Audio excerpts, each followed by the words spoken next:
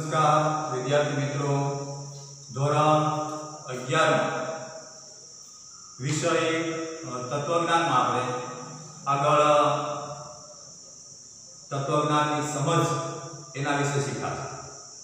एने ए प्रकरण में आज आपणे आगळना मुद्दाओ शीखवाना छे। आपणे जोई गया के तर्कशास्त्र, फिलोसोफी, तत्वज्ञान ए विचारવાનો विषय छे। એટલે મનમાં ઉદ્ભવતા વિચારથી આપણો વિષય શરૂ થાય। એમાંથી ઘણા બધા સ્ટેપ આપણે શીખી ચૂક્યા છે અને છેલ્લે આપણે રૂપ અને દ્રવ્ય એના વિશે ગયા તાસમાં વાત કરેલી કે ભાઈ વિધાનની અંદર રહેલું સમાનપણું છે એ તેનું રૂપ છે, અંદરનો જે વિષય છે એનું દ્રવ્ય છે। આપણે ઉદાહરણો જોયા હતા કે ભાઈ ટેબલ છે તો ટેબલ લોખંડનું પણ છે, લાકડાનું પણ છે, ફાઈબરનું પણ છે। એ અલગ અલગ વસ્તુનો બનેલું છે એ દ્રવ્ય છે, પણ એનો આકાર સમાન છે એટલા માટે એ રૂપ છે। એટલે જ્યારે વિચારવાની વાત આવે ત્યારે વિચારવાની રીત ઉપર આપણે જવાનું છે, એની પદ્ધતિ ઉપર જવાનું છે। એટલે આપણો વિષય विचारणा અને એમાં રૂપ એટલે એક સમાન વિધાન, વિધાનની અંદર રહેલી એક સમાન। હવે એ તેનું રૂપ છે। એટલે આપણી ભાષામાં કેવું હોય તો એમ કહેવાય કે વિચાર કરવાની રીત યોગ્ય હોવી જોઈએ। શેના વિશે વિચારો છો એની સાથે આપણે કોઈ લેવા દેવા નથી, એ તો દ્રવ્ય બને। અંદરનું જે વસ્તુ છે એનો એ કોના વિશે તમે વિચારો છો એ વસ્તુ નો अवकाश નથી આપણા વિશે, કોના વિશે વિચારો તો કઈ રીતે વિચારો છો, વિચારવાની જે રીત છે એ આપણો મુખ્ય વિષય છે। એટલે વિચારણાની રીત એ યોગ્ય છે કે કેમ, જે યોગ્ય છે એ એનું રૂપ છે, એનું સમાન। હવે એ વિચારણાની રીત છે। આપણે વિચારીએ તો છીએ કોઈને કોઈ વિચાર આપણા મનમાં ઉદ્ભવવાનો છે, વિચારતા જ રહેવાના છીએ આપણે। કોના વિશે વિચારીએ છીએ એની સાથે આપણે કોઈ નિસ્બત નથી, પણ કઈ રીતે વિચારીએ છીએ એની સાથે સીધો નિસ્બત છે। એટલે જેની રીત છે, એની સિસ્ટમ છે, એની પદ્ધતિ છે એ યોગ્ય છે કે કેમ। વિચારસરણી, વિચાર કરવો એ એક વિચારની સાથે બીજો વિચાર જોડાયેલો હોય છે। એક વિચાર આપણો પૂરો થશે મગજમાં એટલે તરત જ એની સાથે બીજો વિચાર એ જોડાયેલો હોય છે। જે એક વિચાર છે એની સાથે બીજો વિચાર જે જોઈન્ટ છે એની એક રીત, એક પદ્ધતિ। એટલે વિચારવાની જે રીત છે એ રીત ઉપર આપણે જવાનું છે કે યોગ્ય રીતે વિચારવાથી કોઈ પણ વિધાનથી લઈ અને એ વાત સત્ય, અસત્ય, હકીકત, યથાર્થતા સુધી આપણે પહોંચી જઈએ છીએ। એટલે આપણે મૂળે તો જવાનું છે પણ એના ઉપર કે સત્યતા જાણવી, એની સત્યતા ચકાસવી કે જે મૂળ વાત છે, કોઈ પણ વ્યક્તિ આપણે વાત કરીએ છીએ તો પણ અન્ય કોઈ વ્યક્તિ આપણને વાત કરે છે તો એ યથાર્થ છે, સાચી છે, હકીકત છે કે કંઈક જુદું છે, ત્યાં સુધી આપણે પહોંચવાનું છે। એટલે ત્યાં સુધી પહોંચવા માટે એક ચોક્કસ પ્રકારની રીત છે વિચાર કરવાની એક પદ્ધતિ છે અને એ આ વિષય આપણે શીખીએ છીએ। એના વિશે જ આપણે વિચારવાનું છે કે કઈ રીતે આપણે વિચારણા કરીએ છીએ તે અંદર કોના વિશે વિચારીએ છીએ એની સાથે કોઈ નિસ્બત નથી। માની લો કે સિક્કો છે તો સિક્કો એ ચાંદીનો પણ હોઈ શકે, રૂપાનો પણ હોઈ શકે, સોનાનો પણ હોઈ શકે, અલગ અલગ એ ધાતુના સિક્કા હોય તો મૂળે તેનો આકાર એક સમાન છે, બધાનો સિક્કો એટલે કે એ જે સિક્કાનો જે આકાર છે એ એક સમાન, એટલે એક સમાનપણે છે એ એનું રૂપ છે। એવી રીતે વિચાર કરવાની જે રીત છે એ સમાન હોવી જોઈએ। એની અંદર જે સમાનતા છે એ રીતે આપણે કોઈ પણ વિધાનને ચકાસી શકીએ, એનું સત્યતા મૂલ્ય તપાસી શકીએ। સત્યતા મૂલ્ય તપાસવું એટલે શું તો કે ખરું ખોટું જાણો, યથાર્થતાની જાણ, સત્યતા જાણ કે એ વિધાન અથવા તો એ વાત સાચી કે ખોટી, સત્ય કે અસત્ય, ત્યાં સુધી આપણો મૂળ વિષય છે, ત્યાં સુધી આપણે પહોંચવાનું છે। હવે એનું એક સ્ટેપ આવે કે આપણને કેમ ખબર પડે કે આમાં કઈ વસ્તુ સમાનપણે રહેલી છે। જે વસ્તુ સમાનપણે આપવી એનું રૂપ છે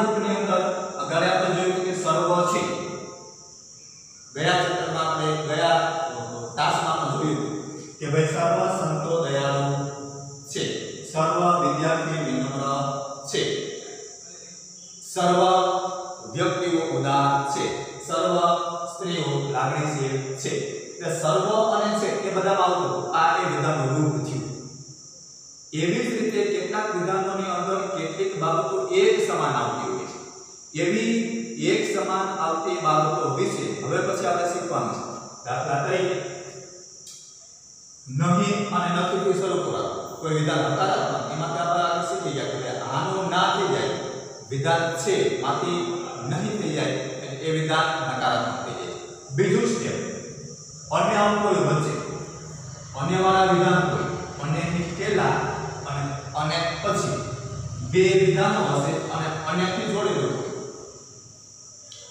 દાખલા તરીકે આજે શનિવાર છે અને આવતીકાલે રવિવાર છે આજે વરસાદ પડશે અને પૂર આવશે વિદ્યાર્થી વાંચશે અને પાસ થશે એટલે એ અન્યની પહેલા એક વિધાન અને અન્ય પછી એક વિધાન એના વિષય જુદા જુદા વચ્ચે બધાની અંદર અન્ય સમાન છે અને એટલે જે વિધાનની અંદર અન્ય એક જ સમાન આવતું હોય એનું રૂપ કહેવાય એટલે અન્યવાળા પછી કોઈ પણ વિધાન તો એ અન્યવાળા વિધાનની એક સમાનતા છે એવી જ રીતે બીજું ઉદાહરણ એવું છે કે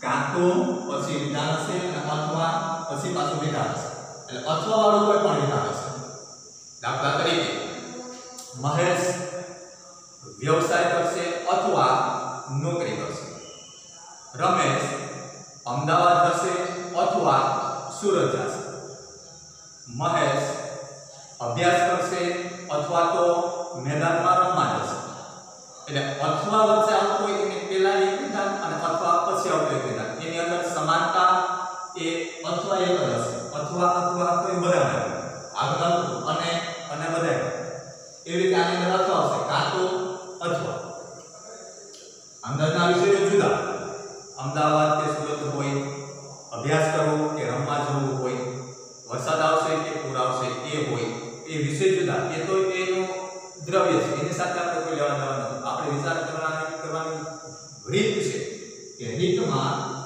સમાનપણે રહેલો જે શબ્દ છે એને જ પકડવાનો એટલે બધામાં એક સમાનપણે અથવા આવતો હોય અથવા ત્યારે જ મૂકવું પડે એ શબ્દ ત્યારે જ મૂકવું પડે કે જ્યારે એની પહેલા પણ એક વિધાન આવે અને એના પછી પણ એક વિધાન હવે આવી રીતે અને કાં તો અથવા એના સિવાયના જે વિધાનો છે કે જે એક સમાનપણે હોય અંદરનો વિષય જુદો એમાં જો અને તો જો પછી વિધાન હોય અને તો પછી પણ વિધાન હોય એટલે જો વરસાદ પડશે તો પૂર આવશે જો વરસાદ સારો થશે તો પાક સારો થશે જો ગરમી વધારે પડશે તો વરસાદ થશે એટલે આ બધા ઉદાહરણોની અંદર સમાન કઈ વસ્તુ આવી તો કે જો અને તો જો વિદ્યાર્થી વાંચશે તો પાસ થશે જો વિદ્યાર્થી મહેનત કરશે તો વિદ્યાર્થી ઉત્તીર્ણ થશે એટલે અંદરના વિષય જુદા જુદા હોઈ શકે એ બદલી જશે શબ્દ પણ જો અને તો સમાન એટલે સમાનપણે જે રહેલું છે એ એનું રૂપ છે એટલે એ રૂપના આધારે આપણે એ વિચાર કરવાની રીત ઉપર જઈ શકીએ અને એના આધારે કોઈ પણ વાત અથવા તો કોઈ પણ દલીલ અથવા તો કોઈ પણ જે વાત મૂકી છે તેનું સત્ય કે અસત્ય સાચું ખોટું એ જાણવા તરફ જવાનો આ પેલું સ્ટેપ છે એના પછી એવા પ્રકારના પણ વિધાનો હશે જો તો અને તો જો અને તો જો આ એક સમાન પણ હશે કોઈ પણ વિધાનની અંદરના વિષય બદલી જશે એમ જો તો અને તો જ જો વિદ્યાર્થી મહેનત કરશે તો અને તો જ તે પાસ થશે જો અતિશય ગરમી પડશે તો અને તો જ વરસાદ પડશે જો ખેડૂત મહેનત કરશે તો અને તો જ પાક સારો થશે જો તો અને તો જ આ બધામાં સમાન. બાકી ખેડૂત હોય, પાક લેવો હોય, વિદ્યાર્થી હોય, મહેનત કરવાની હોય, પાસ થવાનું હોય, એ વિષય બની જાય. પણ જો તો અને તો જ એ સમાન બને છે. એટલે આવા વિધાનોની અંદર આવતી સમાનતા એ વિધાનોનું રૂપ છે.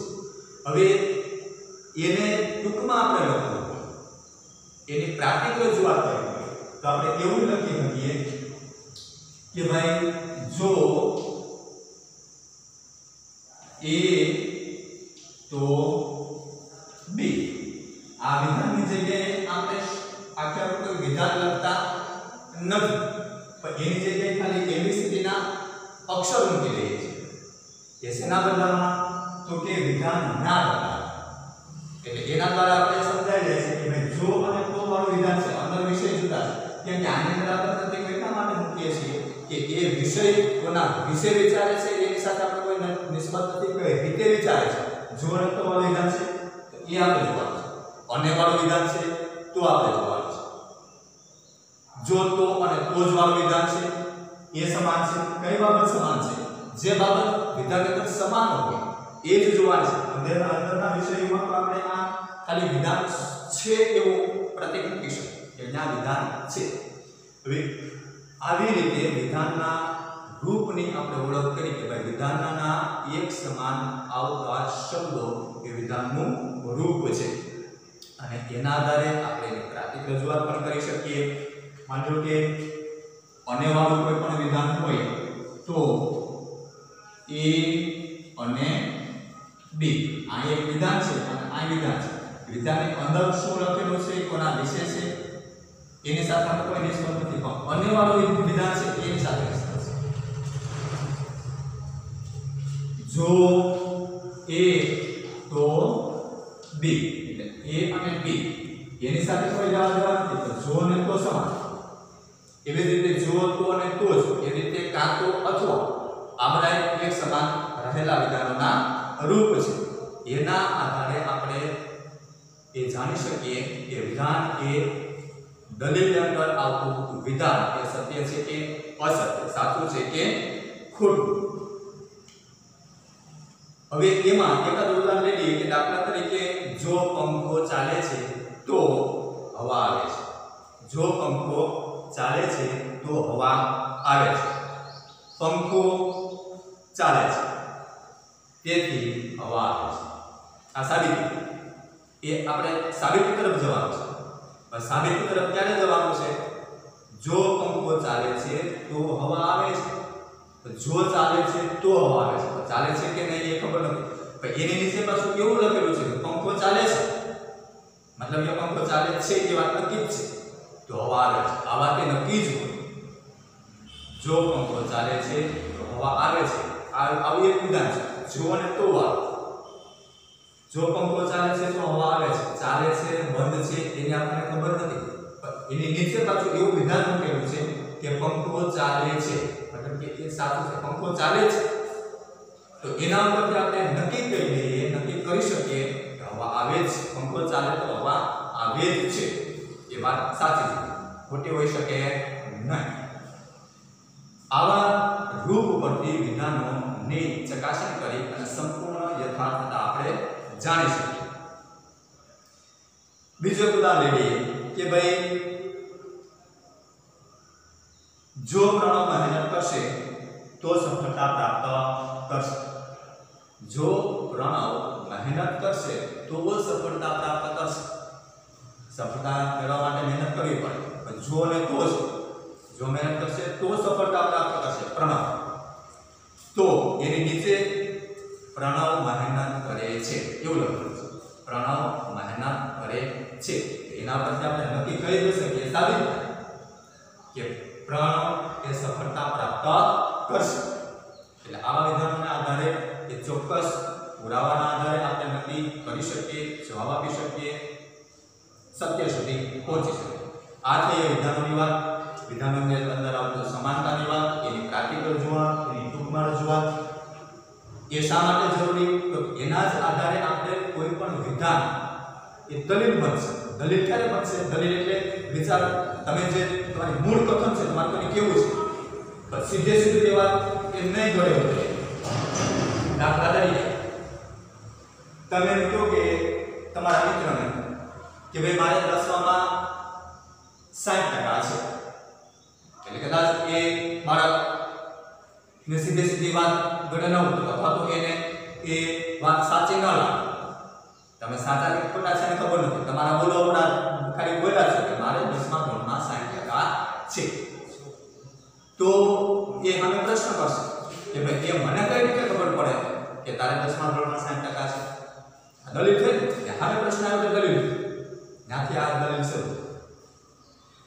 શરૂ થાય એટલે તમારે પાછળ જવાબ આપવો પડે કે 10મા ધોરણમાં 60% છે એ તમે કીધું છે તો એને સાચું છે ખોટું જાણવું છે એટલે તમે કહેશો કે ભાઈ આ મારી માર્કશીટની અંદર તો જોઈ લે આ 60% છે એટલા વિષયમાં એટલા ગુણ છે કુલ એટલા ગુણ છે એમાંથી મને કેટલા ગુણ પ્રાપ્ત થયા છે એટલે મારા 60% થાય હવે બીજી વખત તમે જેને માર્કશીટ આપ્યા અને એની વાત કરીને એ મૂળ વાતનો પુરાવો મૂળ વાતનો આધાર આપ્યો એટલે મૂળ વાત જે તમારે કરવાની છે એ તર્કશાસ્ત્રની અંદર તત્વજ્ઞાનની અંદર એને ફલિત વિધાન કહેવામાં આવે બરાબર યાદ રાખજો કે ફલિત વિધાન આ વિધાનનો પ્રકાર છે તમે જ્યારે કોઈને કઈ વાત કરશો મૂળ પ્રથમ કેવું છે તમારે તમે જે વાત કરી છે સાચી જ છે એ વાત મૂકો છો એ ફલિત વિધાન બની જાય છે પણ એ વિધાન સાચું કે ખોટું એ જાણવા માટે સામેની વ્યક્તિ પ્રશ્ન કરશે ત્યાંથી દલીલ કહેવાય એક વાત કરે એની સામે બીજો પ્રશ્ન કરે ત્યાંથી દલીલ શરૂ એ પ્રશ્ન કરશે કે ભાઈ એ વાત સાચી છે કે ખોટી એ કેમ રીતે ખબર પડે એટલે તમે સાચા જ છો એ સાબિતી આપવા માટે કે પુરાવો આપવા માટે તમે એને કંઈક આધાર આપશો આધાર રજૂ કરશો દાખલા તરીકે તમે કોઈને એમ કહો કે આજે શનિવાર છે એને યાદ ન હોય એમ કે ભાઈ આજે શનિવાર છે કેમ ખબર પડે તો તમે આધાર રૂપે એમ કહી શકો કે ભાઈ ગઈકાલે શુક્રવાર હતો ગઈકાલે શુક્રવાર હતો ને એ આધાર છે પુરાવો છે સાબિત તમારી વાત સાચી છે સાબિત કરો એટલે આજે શનિવાર છે એ સીધે સીધું જો કદાચ એને સાચું ન પણ લાગે એટલે પ્રશ્ન કરશે અને દલીલ કરશે કે ભાઈ એ વાતની કઈ ખાતરી કે આજે શનિવાર છે એટલે તમે આધાર આપશો કે ભાઈ ગઈકાલે શુક્રવાર હતો અથવા તો એવો પણ આધાર આપી શકો બીજો આવતીકાલે રવિવાર છે આ બે આધાર છે આવતીકાલે રવિવાર છે તો એને ખ્યાલ આવે કે આવતીકાલે તો રવિવાર છે તો આજે શનિવાર જ હોય અથવા તો ગઈકાલે શુક્રવાર હતો તો આજે શનિવાર જ હોય આ ગઈકાલે શુક્રવાર હતો એનો આધાર છે એક પુરાવો તમે તમારા મૂળ વાત આજે શનિવાર છે એ સાબિત કરવાની છે એ તમે કેવા માંગો છો એના આધારે તમે બીજો પણ આધાર આપો કે આવતીકાલે રવિવાર છે એટલે આજે શનિવાર જ છે કે તમે તમારી વાત સાચી છે એટલે એ તમે જાણી શકો એટલા માટે મૂળ વાત છે એ તર્કશાસ્ત્રની અંદર તત્વજ્ઞાનની અંદર એ વિધાનને બાળકો બરાબર યાદ રાખજો પરીક્ષા લક્ષી છે પૂછાય એ વિધાનને ફલિત વિધાન કહેવામાં કે જે મૂળ કથન છે તે એ કથન સાચું જ છે તે સાબિત કરવા માટે આપણે આધાર આપીએ કાંઈક પુરાવો રજૂ કરીએ છીએ એ પુરાવો રજૂ કરવા માટે આધાર આપીએ ને એને આધાર વિધાન કહેવામાં આવે એટલે એ દ્રષ્ટિએ વિધાનોના બે પ્રકાર એક આધાર વિધાન અને એક ફલિત વિધાન ફલિત વિધાન કયું તો કે આપણે મૂળ જે વાત કરીએ છીએ તે અથવા તો સામેની કોઈ વ્યક્તિ આપણને જે મૂળ વાત કરે છે તે આ ફલિત હવે એ વાત સાચી જ છે એ સાબિત કરવા માટે આપણે અન્ય કોઈ પુરાવો અથવા તો અન્ય કોઈ આધાર આપશું કે આ વાત ખરેખર સાચી જ છે એના માટે જો બીજો કોઈ આધાર આપવો પડે ત્યાંથી દલીલ શરૂ થઈ જાય જો એ સ્વીકારી લે સીધું કે ભાઈ આજે શનિવાર છે હા આજે શનિવાર છે તો દલીલ બનતી જ નથી તો દલીલનો કોઈ પ્રશ્ન નથી તો એને દલીલ ગણાતી નથી એટલે એમાં કઈ પ્રશ્ન આવતો નથી પણ એને એ પ્રશ્ન થાય એ વાત સાચી છે ખોટી એ જાણવું છે તો આપણે આધાર અને એટલા માટે મૂળ કથન છે એ તત્વજ્ઞાનની અંદર ફલિત વિધાન છે મૂળ કથન છે આપણે વાત મૂળ મૂકી છે તે હવે એ વાત આપણે કરીએ છીએ કે સાચી જ છે યોગ્ય જ છે એના માટે બીજો કોઈ આધાર આપીએ છીએ એ તત્વજ્ઞાનની અંદર એને આધાર વિધાન કહેવામાં આવે છે. એટલે એક અલિપ વિધાન અને એક આધાર વિધાન. હવે થોડુંક એની સાથે આપણે એ પણ યાદ રાખવાનું છે કે ફલિત વિધાનની સંખ્યા હંમેશા માટે એક જ હોય છે. કેમ કે આપણે મૂળ વાત કરી તે વાત તો એક જ હોય. હવે એ વાત સાચી થશે એના માટે કદાચ એક પુરાવો આપવો પડે અને એનાથી સામેની વ્યક્તિને સંતોષ ન થાય તો બીજો પણ આધાર આપવો અને એનાથી પણ જો સંતોષ ન થાય તો ત્રીજો કોઈ પુરાવો અથવા તો આધાર આપવો પડે. હવે જેટલા અંશે આપણી મૂળ વાતને સાચી સાબિત કરવા માટે અમે પ્રશ્ન આવે એના સામે જેટલા આપણે આધાર આપતા જઈએ તો બધા જ આધાર વિધાનો ગણાય. અને કેટલા આધાર વિધાન આવશે, વધારે આધાર વિધાનની જરૂર હોતી નથી તો કદાચ વધારે પણ આધાર વિધાનની જરૂર પડે. દાખલા તરીકે બાળકો તમે કોઈ તમારા મિત્રને કહ્યું કે ભાઈ મેં નવી સાયકલ લીધી તો એ સામેનો વ્યક્તિ સામેનો મિત્ર એ કદાચ ન સ્વીકારે તો એમ કે મને કેમ ખબર પડે તો તમે તમારા બીજા મિત્રને લઈ જાઓ અને પૂછ્યું અને હા પાસ કે ભાઈ આ નવી સાયકલ લીધી છે એટલે એ તમે આધાર આપ્યો. એ વાત એ પડે કદાચ એને સાચી ના લાગે હું પણ ખોટું બોલે ને આ પણ કદાચ ખોટું બોલતો હોય તો તમે અન્ય કોઈ બીજા ત્રીજા મિત્રને બોલાવશો કે ભાઈ આ કદાચ ખોટું બોલતા આ તો સાચું બોલે ને એટલે એમ કરીને બોલાવશો. અથવા તો તમે એને તમારી સાયકલ પડી ત્યાં લઈ જશો કે જો આ મારી સાયકલ એટલે વાત સાચી છે. એટલે એક કરતાં વધારે ઘણી વખત આધાર પણ આપવા પડે. જેટલા આધાર આપવા પડે એટલા આધાર વિધાન બની જાય છે. ફલિત વિધાન મૂળ વાત છે એ પર એ ફલિત વિધાન હોય છે. આ દલીલ વિચારણા તર્કશાસ્ત્ર અને વિધાનો અને એમાં આ પછી બે વિધાનો આપણે યાદ રાખશું, આધાર વિધાન અને ફલિત વિધાન. આ બંને વિધાનોથી દલીલની સાબિતી આપણે મેળવી શકીએ. કોઈ પણ વાત સાચી કે ખોટી આપણે જાણી શકીએ છીએ. અહીં સુધી આજે આપણે આ પ્રકરણ પૂરું કરીએ.